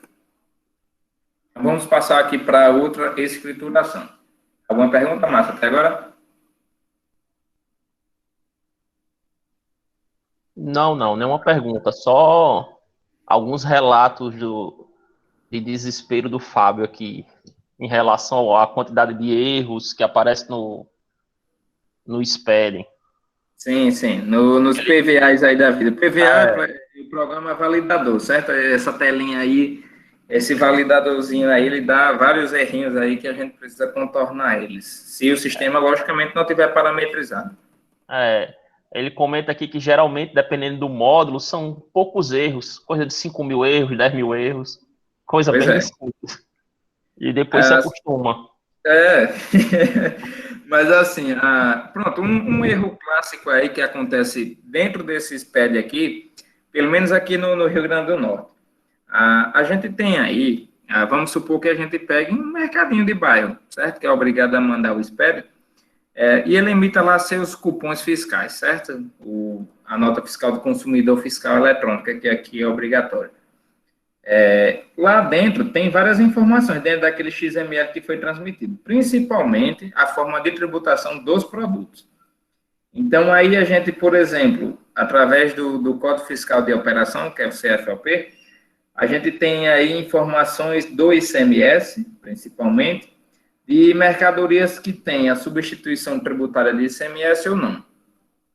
Então, se o meu sistema e o sistema do cliente, eles não estiverem parametrizados corretamente, quando eu jogo para dentro do SPED e faço a validação, vamos supor que o mercadinho aí tenha 5 mil cupons fiscais. A gente não tem a menor condição, enfim, tem alguns malucos aí da vida que até conseguem fazer isso. Mas se você tiver um volume grande de empresa e um volume grande de declarações a informar, é bastante difícil a gente conseguir corrigir isso dentro do validador. Então, o que é que a gente tem que fazer? O erro, a gente vai precisar identificar aí onde é o erro, certo? Se o erro for no arquivo XML, vai direto no teu cliente, entra em contato com o suporte e já pede o auxílio deles lá, para que corrijam essa informação e que chegue realmente sem nenhum viés para a gente, certo? Porque se realmente tiver com esses problemas vindo de lá, o nosso sistema ou Force ou domínio vai vir com essas informações também, quando a gente jogar para dentro do SPED, ele não aceita. Ele não aceita esses erros de características, então, desse tipo de característica. Então, é sempre importante a gente identificar onde é que a informação está sendo gerada de forma incorreta, corrigi-la, para depois fazer a importação novamente. Ok? Então, vamos lá. Aqui a gente tem o SPED Fiscal Digital e ICMS IPI, que, para mim, isso aí realmente é uma opinião própria dos SPEDs aí que a gente transmite mensalmente, sem sombra de dúvida, esse daí é o que dá mais dor de cabeça às empresas, porque tem série de particularidades, até porque a gente trata com a legislação dos 26 estados e do Distrito Federal. Então, cada um que legisla de uma forma diferente sobre as informações que são transmitidas ao EFD. E o que é transmitido dentro dessa declaração? É uma declaração para os contribuintes, como o próprio nome diz, de ICMS e IPI, certo? Lá dentro vai o livro de registro de entradas, ou seja, todas as compras que o teu cliente faz vão escrituradas dentro desse livro, certo? A gente tem aí o livro de registro de saídas, certo? Basicamente são todas as vendas que são feitas. O livro de registro de inventário. A gente tem aí a apuração basicamente do estoque, certo? Do cliente. Então, no tópico 4, a gente tem um livro de registro de apuração de IPI, que aqui seria basicamente para realmente conferir se o imposto sobre produtos industrializados ele foi realmente calculado de forma correta, se foi utilizado a base de dados correta, se foi utilizado as alíquotas da tabela tipo corretas. Então, a gente tem basicamente um volume de informações aí que são validadas dentro do PVA com relação ao IPI, da mesma forma com relação à apuração do ICMS. A gente tem o documento de controle de crédito, certo? Do ativo permanente, aquelas informações que a gente manda lá aqueles créditozinhos que são divididos em 48 meses, enfim, que a gente estuda também lá intermediária, são enviadas aqui dentro do SPED. E o livro de registro de produção e do estoque. Esse livro aqui, em específico, ele é o último módulo que foi implementado dentro desse SPED aqui de ICMS e IPI. E foi o que gerou, e que está gerando, na verdade, bastante repercussão. Por quê? Esse livro, inicialmente, ele pegava todas as informações, principalmente minuciosas, de produção de produtos, certo? Até mesmo para controle do estoque, enfim, para saber se as empresas estavam pegando o crédito corretamente. Só que eles levavam informações restritas das empresas. Vamos supor aqui que a Coca-Cola mandasse sua fórmula do seu refrigerante através desse livro aqui. Então, isso aí gerou bastante discussão, até mesmo para tentar simplificar essa informação aqui, que é o chamado bloco K, certo? Então, vamos lá. A gente tem aqui alguns critérios para a entrega da declaração, que ela é feita dentro do PVA, certo? Que é um programa de validação e assinatura. ela é centralizada pela Receita Federal, certo? Pela Secretaria da Receita Federal, mas na mesma hora que ela chega lá, essa informação é compartilhada e é retransmitida para as unidades da federação, já que o ICMS é um imposto estadual e que realmente é basicamente a maior parte, praticamente quase toda a arrecadação que o Estado tem vem do ICMS. Então, a aplicação, quais as empresas vão adentrar dentro do ICMS-PI, que vão entrar dentro do FD, são feitos através de protocolos de ICMS de cada unidade da federação. Então, eu tomei o cuidado e até mesmo por iniciativa, eu peguei aqui os dados do RN e peguei os dados também do Pará para a gente fazer um comparativo aqui das informações que são enviadas, certo? Então, para quem trabalha aqui no RN, certo? Eu trouxe esses dois exemplos, eu acho que é o grande público aí da gente, aqui o RN e o Pará, a região. A gente teve a obrigatoriedade do SPED, certo? ICMS e PI a partir de janeiro de 2014, certo? Para todas as empresas. Então, todas as empresas, exceto o MEI, são obrigadas a transmitir mensalmente essas informações para o governo federal e estadual. E lá dentro do regulamento do ICMS aqui do Estado, no artigo 623, e no parágrafo 14, ele diz quais são as informações que devem ser transmitidas ao SPED, certo? Além daqueles livros lá que a gente falou inicialmente, certo? Além de todos esses livros aqui que são elencados no parágrafo 3º, a gente também precisa transmitir esses registros aqui que são basicamente totalizadores, certo? A gente tem informações de cartão de crédito, de quanto a pessoa passou no débito, quanto passou no crédito, enfim, para realmente fechar o cerco aí, tentar coibir a sonegação fiscal. E no mesmo artigo 623, a letra N, ele vai conter as informações do período de apuração, certo? Sempre transmitindo. Então, a gente está aqui em junho, ele pode ser transmitido até o dia 15 do mês subsequente ao encerramento do mês da apuração. Então, no mês de junho, a gente transmite até 15 de julho, certo? Para as empresas do regime normal, que são as empresas que não entram no Simples Nacional, ou seja, do lucro presumido e lucro arbitrado e lucro real. E até o dia 20, eles fizeram essa particularidade aí para as empresas do Simples Nacional, eles podem transmitir até o dia 20, dando 5 dias aí a mais para a apuração. Então, aqui a gente tem um regimento aí do Pará. E eu vou precisar até, Márcio, que alguém se pronuncie com relação a isso.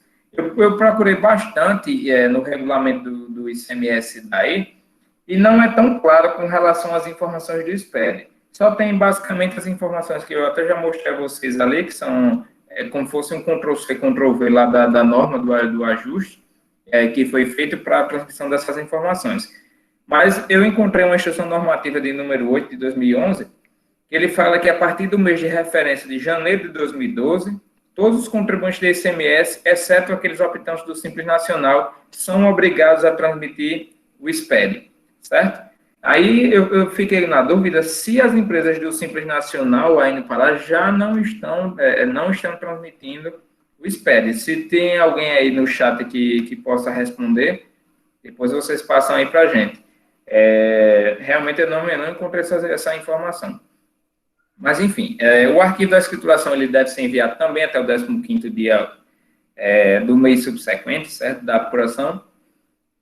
E ele trata apenas de 2 registros, diferentemente aqui do Estado, ele trata do registro 1200 e 1600, que são obrigados além daqueles livros que a gente já elencou no início. Aqui é o PVA, certo? Um recorte do PVA do ICMS. Aqui a gente tem as informações, nesse bloco 0 aqui, as informações cadastrais, aqui no bloco C e D. Felipe, só um minuto. Oi? Pode falar. O Fábio, ele está falando aqui que tem a questão do sublimite no estado do Pará. Você pode falar melhor, Fábio? Você pode abrir o microfone e falar?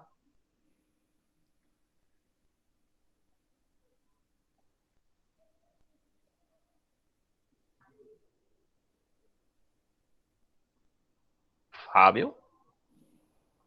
Se quiser, eu posso complementar, Márcio. Enfim, enquanto o Fábio não volta. A questão do sublimite é o seguinte. Pelo menos de regra geral, a gente tem um limite de faturamento das empresas do Simples Nacional. A gente tem duas distinções: empresa de pequeno porte e microempresa. A ME, ela tem um faturamento até 360 mil ano, certo? Se você passa de 360 mil ano e está dentro de 3 milhões e 600, você continua dentro do Simples Nacional, só que tem uma outra denominação que é a empresa de pequeno porte. Então, vamos lá. Passou de 3 milhões e 600. Teve uma mudança na legislação da Lei 123, que é a lei que instituiu o Simples Nacional, que ela fala que as empresas que ultrapassarem 3 milhões e 600, certo? De faturamento anual, elas não vão sair do Simples até 4 milhões e 800. Contudo, a gente tem algumas informações aí que o ICMS, ele sai do Simples Nacional, então o Simples, até 3 milhões e 800, todas as informações são agregadas dentro dele, mas o ICMS, se a empresa do Simples Nacional passar de 3 milhões e 600, ela sai, certo, do Simples Nacional e volta para a hipótese anterior, como se fosse do regime normal de ICMS. Então, é uma empresa do Simples Nacional, contudo, para efeitos de ICMS, é como se fosse uma empresa normal, ou seja, uma empresa de lucro presumido e lucro real. Então, a questão do sublimite, pelo menos a nível nacional, é dessa forma. Tem alguns outros sublimites que são aplicados, até mesmo a região do Acre, enfim, mas aí são sublimites que são impostos até mesmo cada regimento do ICMS que delimita essas informações. Mas ele funciona basicamente dessa forma. Então, essa exclusão aí é de 3 milhões e 600 a 4 milhões e 800 para fazer essa exclusão aí do Simples Nacional, do ICMS, na verdade, dentro do Simples Nacional. Então, ela faz a sua contribuição através dos regimes de débito e crédito. Ou seja, comprou a mercadoria, lógico, dependendo da mercadoria, você tem o crédito daquela mercadoria, vendeu, você tem o débito, no final do mês você faz a apuração se teve imposto a pagar ou o crédito para o próximo mês, enfim, fica mais ou menos dessa forma. Eu acho que, será que deu para pegar? Ou tem alguma outra particularidade que ele queria que fosse abordada? Não, pelo comentário dele, ele falou que é isso mesmo. Se a empresa passa a recolher o ICMS em guia à parte, deve apresentar no SPED, e ele fala que é isso mesmo, professor. Tem um outro comentário aqui do Fabrício, que ele fala, um ponto importante a lembrar é que o arquivo validado não é um arquivo correto. Ele validou em relação às regras do layout, mas as regras tributárias não. Ele geralmente acusa erro nas informações que tendam a diminuir o imposto, mas ao contrário, não. Muito cuidado. Aquela coisa da regrinha da Receita, né? Se for para pagar mais, está tudo ok. Isso mesmo. Então, assim, foi muito, mas muito bem lembrado, porque todas essas informações aqui que a gente está falando do programa validador, é o validador de layout, certo? Se as informações realmente elas estão enquadradas de forma correta, se foram escrituradas de forma correta, e o sistema realmente ele vai entender essas informações. Contudo, o conteúdo, o sistema não faz essa validação, certo? Vamos supor, a gente tem uma voltando lá para o esqueminha da substituição tributária. A gente tem um produto aqui, por determinado NCM, que é obrigatório, que não é dentro da substituição tributária, ou seja, a gente precisa recolher ICMS em cima daquele produto. Só que a gente tem lá uma configuração macabra lá do produto, e tem a distinção lá que esse produto tem substituição tributária e essa empresa é substituída, ou seja, não vai pagar ICMS, certo? Sobre essa venda, e o PVA aqui vai validar. Ele vai dar tudo certo. Você preencheu, por exemplo, as informações corretamente, as informações do layout corretamente. Mas só que, por exemplo, quando chegar lá no estado, certo? a gente transmite essa informação, pelo menos aqui no Rio Grande do Norte, no outro dia está lá no extrato fiscal. Apropriação indevida de substituição tributária dentro do SPED. Ou seja, ele já dá um aviso, aí entra naquele prazo lá de autorregularização, certo? Então, ele dá um aviso lá durante mais ou menos um mês, dizendo que essa informação realmente ela não está batendo com as bases, com a legislação estadual. Aí a gente precisa retificar o SPED, certo? Adequando as informações para a legislação daquele estado, de determinado estado. Enfim, mas muito bem lembrado, acho que foi Fabrício, foi Márcio que falou? Foi, Felipe. Mas foi muito bem lembrado pelo Fabrício sobre essas informações. Então, lembrando, os PVAs e os programas validadores, eles realmente vão validar apenas se a estrutura, certo, do arquivo que a gente está transmitindo, ela realmente se adequa ao que foi proposto, e não ao conteúdo, certo? Tem que sempre lembrar disso aí. Então, o conteúdo, a gente precisa realmente estar estudando aí, enfim, para que realmente coloque as informações corretas e até mitigando os riscos de possíveis fiscalizações. Vamos passar agora para a escrituração contábil fiscal.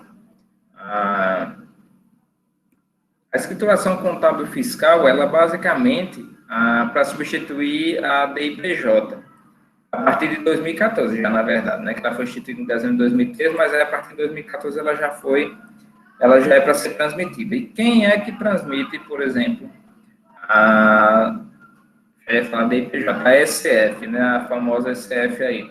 Só lembrando que ela é enviada até o último dia do mês de julho do ano seguinte do ano calendário, a que se refere, então. Até o final agora de julho, a gente precisa mandar as informações referentes ao ano calendário 2019, certo? De forma geral. Então, aí a gente tem a obrigatoriedade, certo, das empresas. São todas as pessoas, ele trata lá, todas as pessoas jurídicas, inclusive as equiparadas, que deverão apresentar a SF, de forma centralizada pela matriz. Só que, aí no parágrafo 2º ele diz lá, ele não se aplica às empresas optantes pelo Simples Nacional, lembrando que a apuração da contribuição social e do lucro, da contribuição social e do imposto de renda de pessoa física, que são os tributos diretos, são transmitidos dentro da SF, não adequam aí ao Simples Nacional, já que, lembrando novamente, Simples Nacional tem a unificação de vários tributos aí, e tira essa obrigatoriedade de várias obrigações acessórias, como, por exemplo, a SF. Então, aí a gente não tem os órgãos públicos, as autarquias e fundações, já que essas entidades elas gozam de imunidade ou até mesmo isenção tributária com relação ao imposto de renda e contribuição social. As pessoas jurídicas inativas, as quais deverão cumprir as obrigações acessórias, certo? Então, as pessoas jurídicas inativas, elas não precisam, pelo parágrafo 2º, elas não precisam transmitir. E para os contribuintes que apuram o imposto de renda da pessoa jurídica pela sistemática do lucro real, a ASF é o livro de apuração do lucro real. Então, a ASF, ela nada mais é do que o LALU, que comumente aí a gente faz os cálculos manualmente aí, né, quem está estudando contabilidade, enfim, vai passar ou já passou por esses critérios.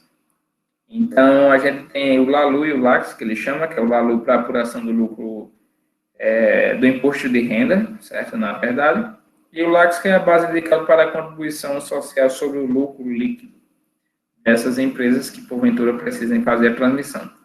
Geralmente, para resumir aqui, geralmente quem manda essas informações aqui são as empresas de lucro real e lucro presumido, certo?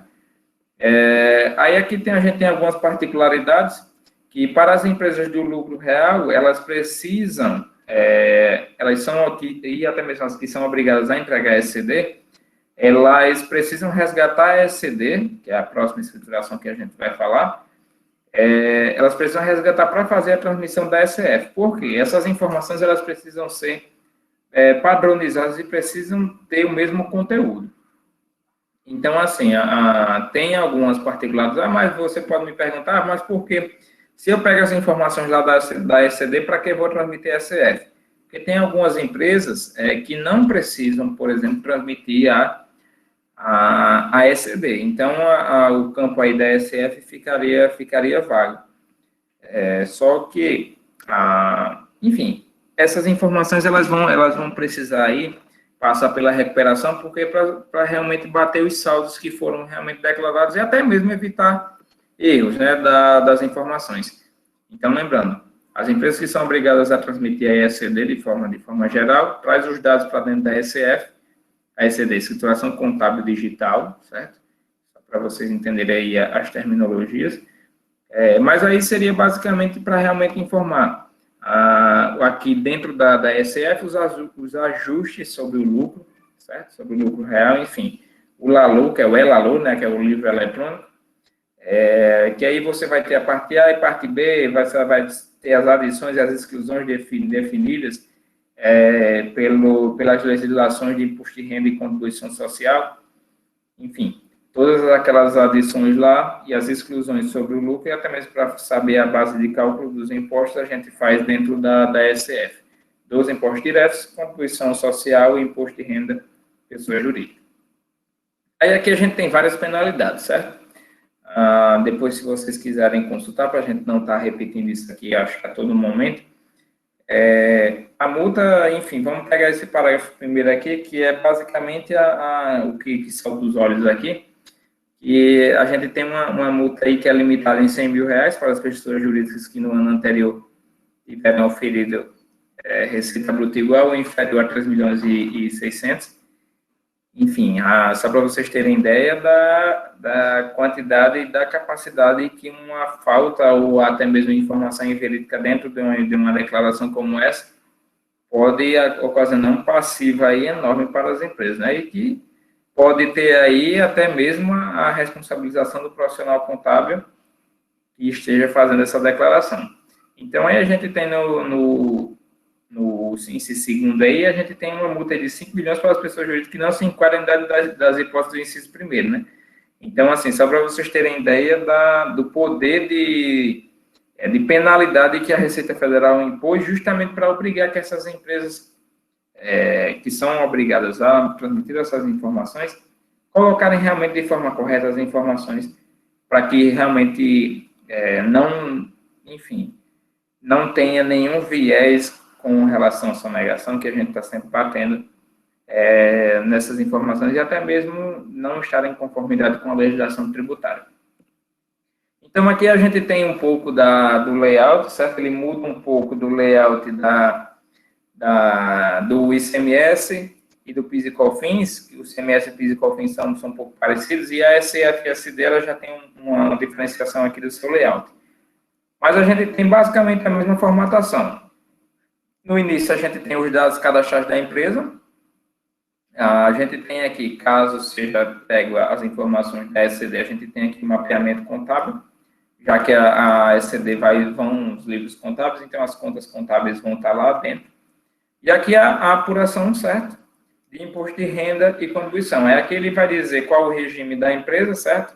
Pegou as informações aqui que são correspondentes à apuração do lucro, joga aqui para dentro do LALU para fazer a demonstração, certo? A demonstração do lucro realmente fiscal, que é para ser base para imposto de renda e contribuição. E aqui no final a gente tem o cálculo de imposto de renda e a contribuição. Confere essas informações aqui, os mesmos passos. Conferiu, validou, lembrando, ele vai validar o layout, certo? Fez a assinatura, lembrando que aqui, nas outras informações que eu tinha passado anteriormente para vocês, a assinatura ela pode ser feita pelo procurador, que pode ser o contador, ou pode ser transmitida pelo certificado digital da empresa. Só que eu gostaria de trazer algumas informações com relação a essa parte de assinatura. Não sei se vocês lembram, mas é um passado um pouco recente. É o caso lá da exoneração do rapaz lá da Polícia Federal que saiu no Diário Oficial com a assinatura de Sérgio Moro, até então ministro da Justiça, dizendo que ele tinha assinado a nomeação que foi assinado digitalmente, que foi assinado com certificado digital. Depois teve aquele rebuliço lá todo, enfim, dizendo que não foi ele que tinha assinado, alguém tinha pego o certificado digital dele. Do mesmo modo acontece nessas declarações, certo? Todas elas são transmitidas com certificado digital.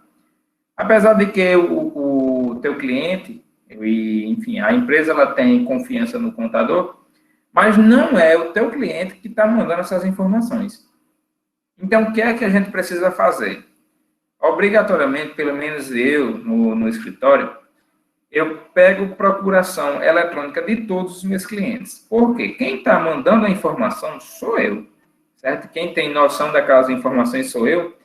Então, ela precisa sair com a minha assinatura e não com a assinatura da empresa. É tanto que dentro do E-Social já saiu uma circular do comitê gestor do E-Social informando que os contadores e os escritórios de contabilidade não utilizem o certificado digital das empresas, certo? Por quê? A gente tem aí a responsabilização também do profissional da contabilidade se ele tiver fazendo alguma coisa equivocada.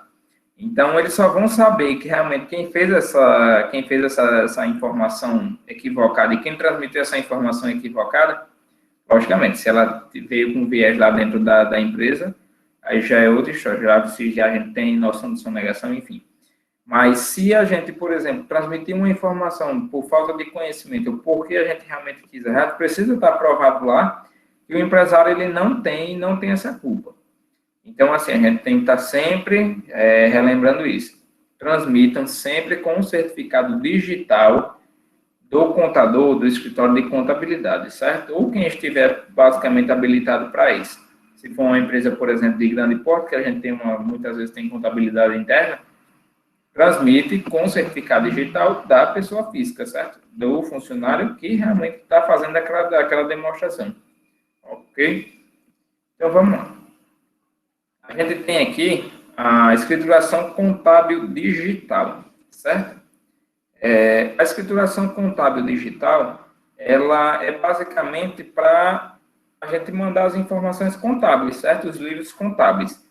Então, ela foi instituída aí pela Instrução Normativa 1774, lá de 2017, e no seu artigo 2º ela trata que compreendem a ECD, o livro diário, certo? E seus auxiliares, se houver, o razão, balancetes, balanço, enfim, a gama de informações contábeis e demonstrações contábeis que a gente tem, a DRE, a DF, enfim. Quem está obrigado a mandar a ECD, certo? A gente tem aí todas as empresas novamente, certo? Só que não se aplica às empresas, pessoas jurídicas optantes do Simples Nacional, órgãos públicos, pessoas jurídicas inativas, certo? Só que tem um parênteses aí, realmente ela não pode ter nenhum problema.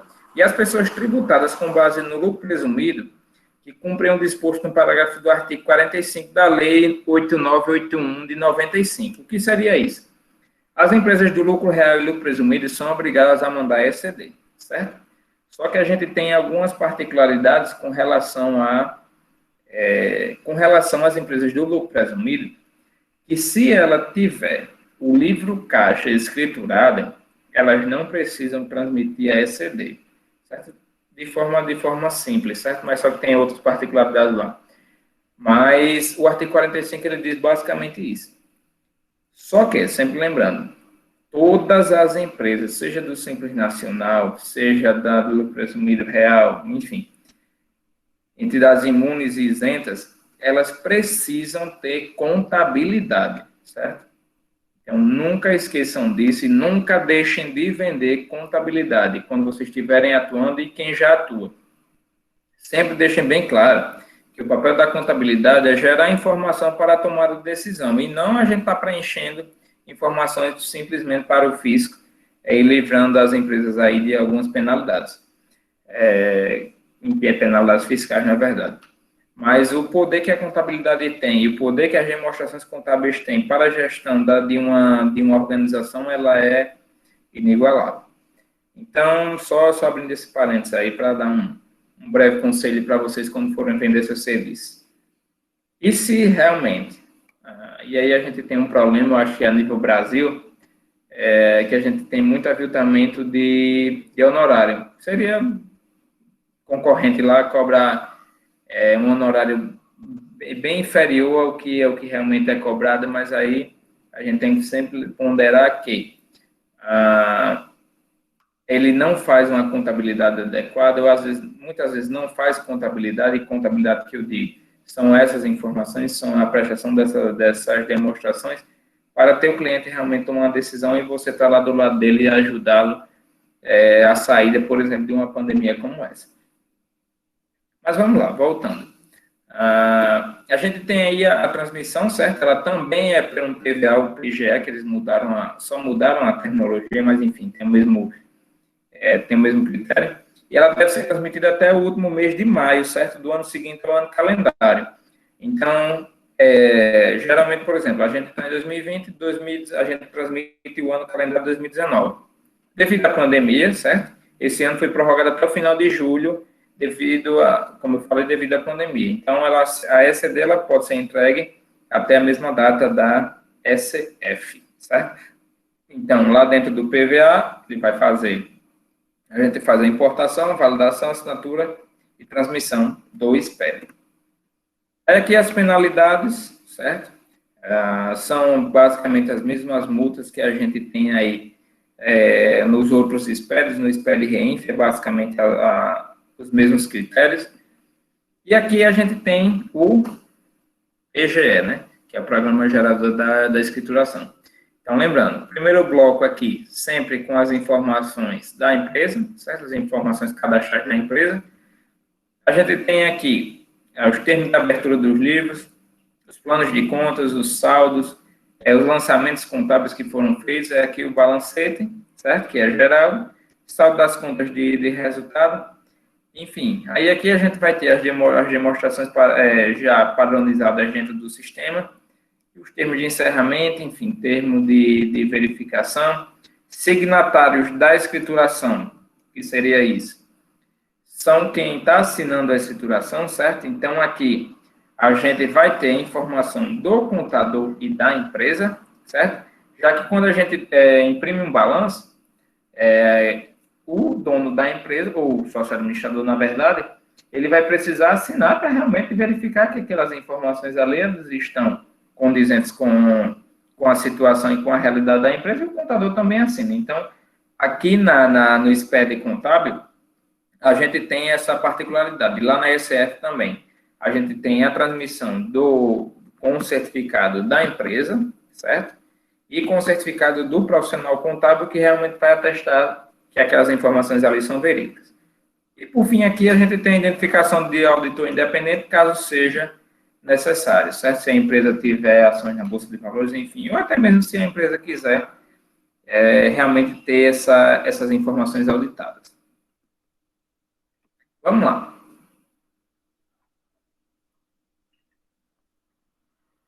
Mais alguma dúvida?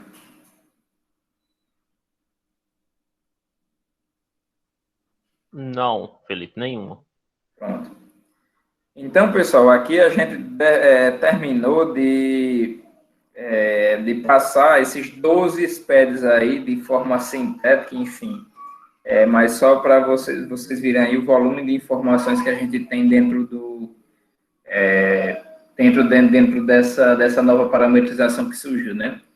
Imaginem aí, a gente tem 12 informações aí que a gente pode fazer a transmissão, imaginem aí, sem essa simplificação, né, que o sistema SPED trouxe para se fazer, a quantidade de informações que a gente tinha aí para serem enviadas, né? Então, aí só o setor pessoal aí já pegaria mais de 15, né? Então, a gente tem realmente esse foco, o SPED tem esse foco, na verdade, de realmente trazer uma simplificação. Simplificação, assim, de transmissão de quantidade de declarações, porque a simplificação com relação às informações que são transmitidas, isso aí a gente não tem como escapar, até pela complexidade da nossa legislação. Mas eu trouxe 2 parênteses aqui que podem ajudar vocês, enquanto profissionais e enquanto estudantes, que a Receita Federal, ela tem, certo, um repositório e a gente tem acesso a essas informações. Através de quê? Através de um programa chamado ReceitaNet BX, certo? O ReceitaNet BX, ele acessa o repositório da Receita Federal, do Fisc, enfim, com relação às informações que foram transmitidas. Isso pode ajudar em quê? Vamos supor que você é um consultor tributário e verificou que aquela empresa, ela está pagando determinado imposto que não era para pagar. Então, vai dar entrada lá num Perde-Compte da Vida ou num processo administrativo no Fisco Estadual para recuperação, até mesmo para crédito de imposto, e precisa dos expertos para fazer as validações. Se você tiver alguma dificuldade para pegar essas informações com o profissional contábil ou com o escritório de contabilidade que atua naquela empresa, você pode pedir uma procuração eletrônica da empresa, certo? Coloca lá teu CPF como procurador. Lembrando, todas essas informações são com certificado digital. Então, a empresa passa uma procuração para você, certo? Como consultor, e você tem acesso a todos os expertos que foram transmitidos e que estão guardadinhos lá dentro da base de dados da Receita. Então, você consegue resgatar a informação que foi transmitida, certo? E consegue fazer as validações necessárias. Se você for realmente atuar nesse campo, você vai precisar fazer várias alterações nos arquivos para que, posteriormente, você vai pleitear algum tipo de crédito, por exemplo, certo? Então, esse programinha aí, ReceitaNet BX, pode ser relevante aí para vocês. E, por fim, a gente tem aí a Central de Balanço. A gente tem aí o artigo 1º, que diz da lei que instituiu a Central de Balanço. Enfim, ele trata de algumas regras lá, e o parágrafo 1º ele diz que a publicação e divulgação de que trata o capítulo contarão com a certificação digital de autenticidade de documentos. Ou seja, a Central de Balanço é basicamente a reunião das informações contábeis das empresas e companhias fechadas, certo? Elas podem disponibilizar essas informações para nível Brasil aí, através dessa informação. É mais uma novidade aí do sistema SPED, que ele vai permitir aí, por exemplo, a emissão de documentos que garantam a autenticidade, certo? Daquelas informações. Então, se você tem o interesse de verificar, até mesmo de fazer algum estudo com relação às empresas, você pode ir lá na Central de Balanço e baixar. Lembrando que não há cobrança de taxas, enfim, publicações com relação às divulgações que são feitas lá dentro da Central de Balanço. Mas, de forma curiosa, eu fui lá dentro da Central de Balanço e eu busquei algumas empresas lá. Como é uma lei relativamente nova, foi agora em novembro de 2019, então eu acho que muita gente talvez não tenha nem conhecimento dessa Central de Balanço. Mas lá, enfim, como ocorre na Bolsa de Valores, você consegue lá resgatar as informações contábeis das empresas, caso você queira fazer algum estudo, como eu já tinha mencionado anteriormente. Mas, enfim, Márcio, eu acho que a gente chega aqui ao final da apresentação, mas antes de fazer o encerramento, eu vou passar alguns sites aqui, até mostrar para o pessoal como fica como é basicamente esse sistema, já, se alguém não tiver familiaridade. E já que a gente está com um tempinho aí, eu acho que vai dar 9 horas agora, as 2 horas de apresentação. Mas aí eu acho que, de forma sintética, logicamente, a gente conseguiu passar aí pelo menos o que é e abrir os olhos das pessoas do que é que a gente consegue fazer e transmitir dentro do sistema SPED como um todo. Aí vamos ver agora o chat, se tiver alguma informação, a gente aborda, se não eu vou mostrar alguns caminhos aqui que a gente adota, enfim, alguns sistemas e alguns sites que o pessoal pode consultar. Felipe, em relação a perguntas, não temos. Você pode tocar aí. Eu só aviso ao pessoal que eu acabei de disponibilizar o link aqui eu coloquei o link no chat para vocês registrarem a presença. Vocês acessam esse link e respondem as perguntas na página que abrir, ok? Pode continuar, Felipe. Pronto, beleza. Eu vou tentar aqui, Márcio, eu vou parar essa apresentação e vou mostrar a tela do meu computador, beleza? Deixa eu ver se eu consigo mudar.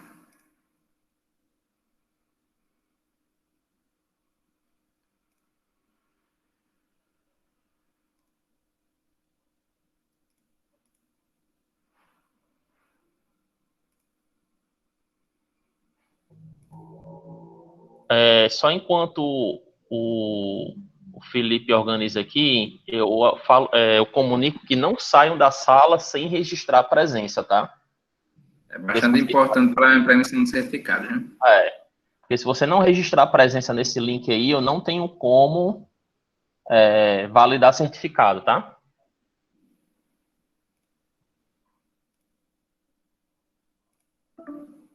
Vamos lá, deixa eu abrir aqui, tela inteira.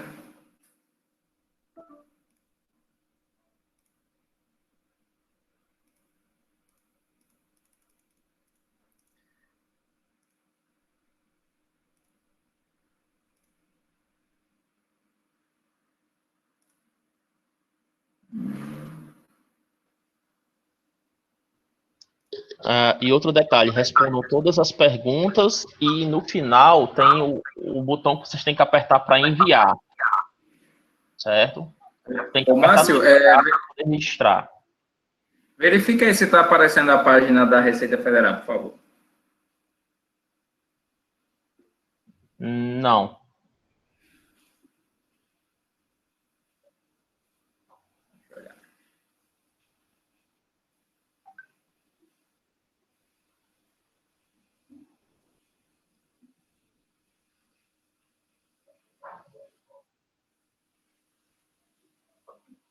Vou tentar apresentar aqui novamente.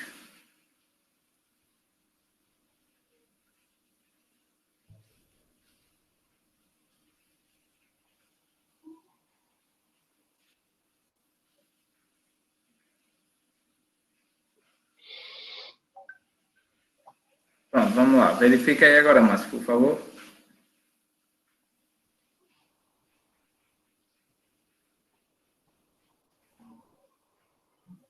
Agora sim, está aparecendo na página do SPED.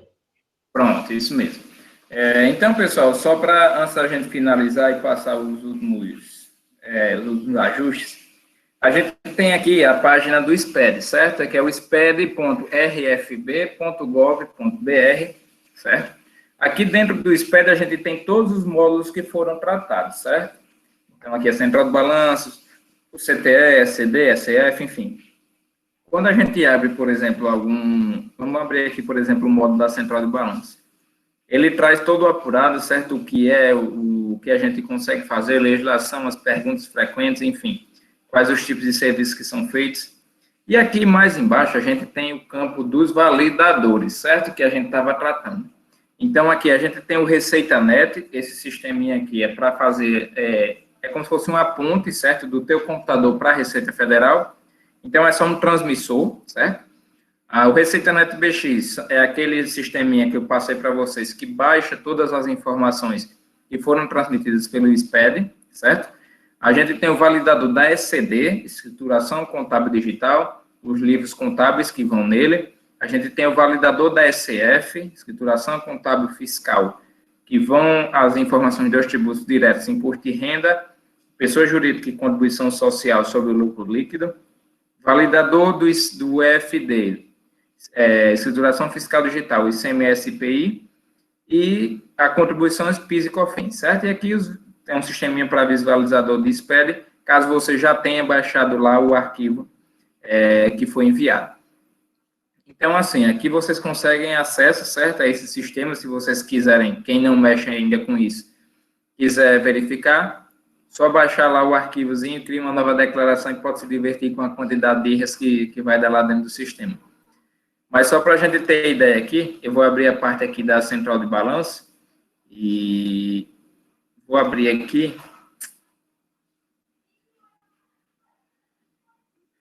o sistema que foi desenvolvido, certo? Pela central. Deixa eu carregar aqui.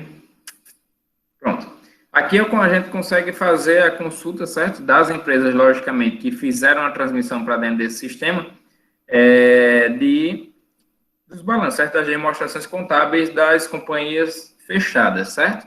Aquelas que não têm lá as informações registradas na bolsa, enfim, a gente não tem acesso. Então, para quem quiser e tiver curiosidade de verificar se tem alguma empresa que vocês conheçam e que precisam de informações, vocês acessam aqui. Caso as empresas não tenham ainda colocado as informações, vocês podem até repassar essa informação, né, que essa plataforma já está disponível 100% gratuita aí, para que as empresas realmente elas possam enviar essas informações e compartilhar as informações da empresa de forma geral, de forma ampla aí, enfim, para a sociedade tomar conhecimento daquelas situações que estão lá listadas na 6404.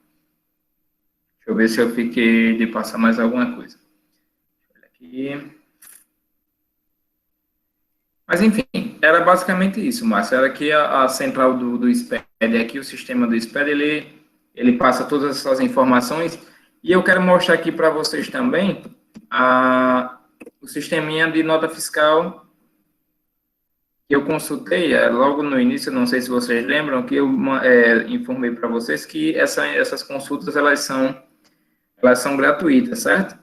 Então, se a gente vem aqui dentro do sistema, dentro do site da nota fiscal eletrônica, que é o nfe.fazenda.gov.br, aqui dentro dos serviços a gente consegue consultar a nota fiscal completa, certo? Dentro da nota fiscal completa, a gente vai precisar do código de acesso, certo? Da nota fiscal, que é um códigozinho que fica embaixo do código de barras, geralmente no canto superior direito. Você digitando esse código de acesso, que é composto por 44 dígitos, a gente vai conseguir ter as informações de nota fiscal, certo? As informações das barreiras que ultrapassou, das movimentações que foram feitas, do CTA que está registrado, aí que está vinculado àquela nota fiscal, a gente consegue visualizar também. E aqui, dentro do sistema de nota fiscal, a gente tem aqui, ó, o visualizador do site da MDF, aqui no nosso canto direito, e a gente tem aqui o do CTE, certo? Então, a gente também consegue fazer, dentro do sistema do CTE e do site do CTE, a consulta, certo? Dos dados, enfim, e da transportadora que fez a emissão, por onde ele vai passar, enfim, qual a carga, quanto foi o cobrado de frete, se tem ICMS, se tem crédito, se não tem, enfim, a gente consulta essas informações, a gente consegue consultar essas informações aqui dentro também. Então, Márcio, eu acho que era basicamente isso. Eu sei que foi um pouco acelerado aí, mas pelo volume de informações, a gente não poderia abordar basicamente só um tipo de SPED, e, enfim, isso aí demandaria basicamente todo um final de semana só para a gente abordar todas as particularidades e todas as peculiaridades que tem um único sistema desse.